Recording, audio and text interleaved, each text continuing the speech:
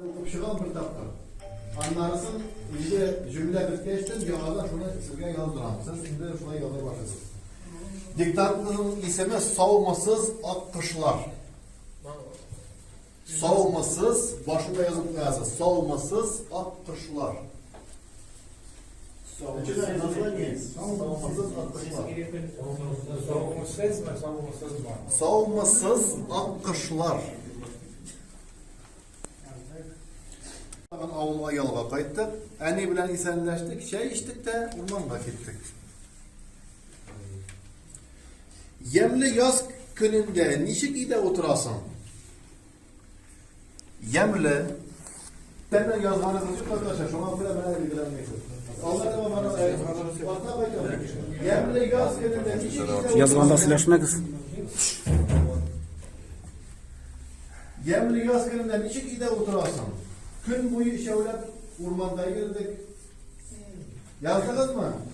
Umursa yaşıdır. Kışlar sayrağını tınladık, rahatlanıp yol ettik. Kışlar sayrağını tınladık. Kışlar sayrağını tınladık. Rahatlanıp yol ettik. Bizning şadlığımız işe sığmadı. Çünkü bu kulde çünkü bu kulde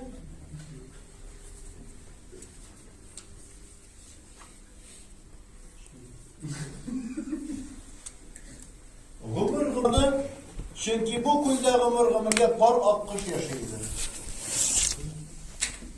Siz ütülerin kanatlarına işlediniz mi? Bizning şadlığımız